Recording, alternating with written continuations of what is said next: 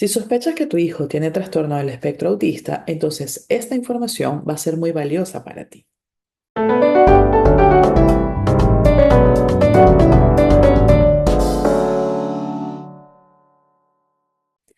Muchos padres tienen sospechas de que su hijo puede tener un diagnóstico del neurodesarrollo, entre ellos el trastorno del espectro autista.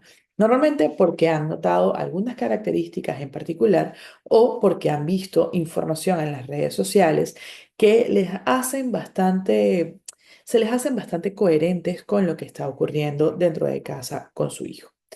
Estas características pueden ser como, por ejemplo, que el niño todavía no tenga el lenguaje adecuado para la edad cronológica que tiene, que haya dificultades para la interacción social, que tenga, por ejemplo, que no responda al llamado por su nombre, que no mire a los ojos cuando se le habla, que no sepa cómo pedir ayuda, que no sepa comunicarse de ninguna manera, tanto verbal como no verbal, ¿sí? Que no utilice gestos cuando quiere pedir algo y que no interactúe con otras personas, ¿ok? De su edad.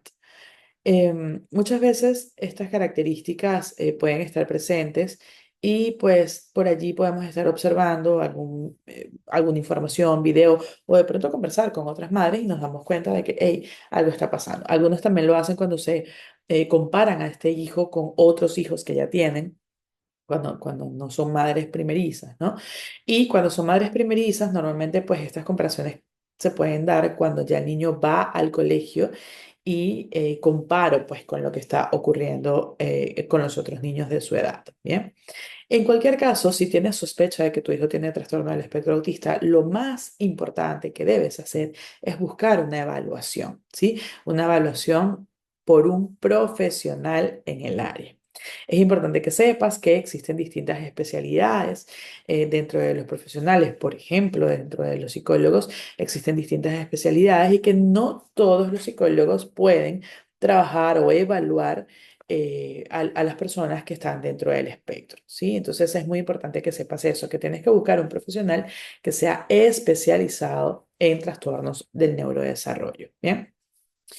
La evaluación en qué debe consistir principalmente en algunas pruebas que son específicas para la detección de este diagnóstico, como por ejemplo la escala ADR, la entrevista ADR, que es una entrevista que se le hace a los padres, donde se puede determinar información importante que haya ocurrido desde la gestación hasta el momento actual en el que la persona está siendo evaluada y que nos van a dar pues claros detalles sobre todas las áreas de su desarrollo. Es una entrevista muy larga, tiene 98 preguntas, ¿ok?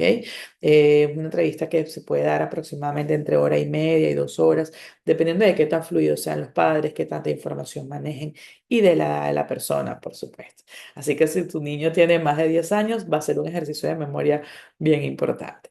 Eso por un lado. Luego, tenemos también la escala A22, que es una escala de observación de conductas del trastorno del espectro autista.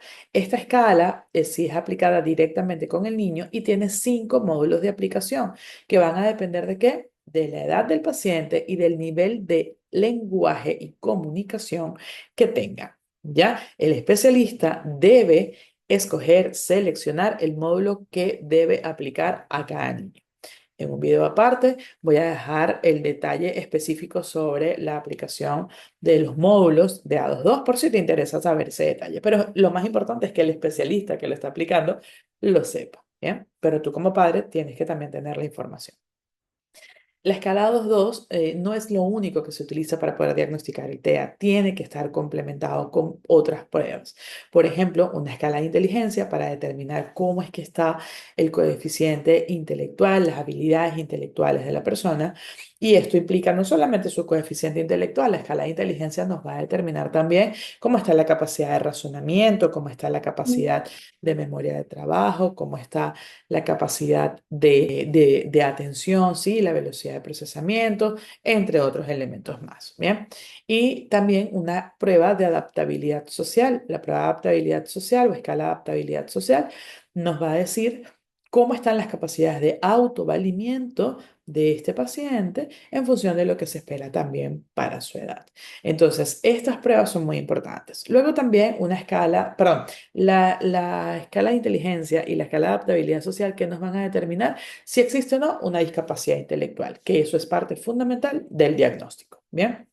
Luego tenemos también una evaluación de comunicación para determinar si es que existe o no un deterioro, perdón, en el lenguaje y también una prueba que se llama perfil sensorial, ¿ok? Donde vamos a determinar justamente pues cómo está la persona a nivel de cada uno de sus sentidos y su capacidad de procesamiento de la información a través de los sentidos. Esta sería la batería mínima necesaria para poder diagnosticar el trastorno del espectro del autismo. Y es muy importante que tú sepas todo esto porque el autismo no es algo que se diagnostica con un me parece, yo creo, tiene rasgos de, ¿ok? Esto es algo que se puede diagnosticar o detectar con pruebas muy específicas que están realizadas ya a mente para poder detectarlo. Y con todas estas pruebas, más, no olvides esto, la habilidad y la experiencia de la persona que lo está evaluando, que de hecho lo más importante o lo más recomendable sería que fuese un equipo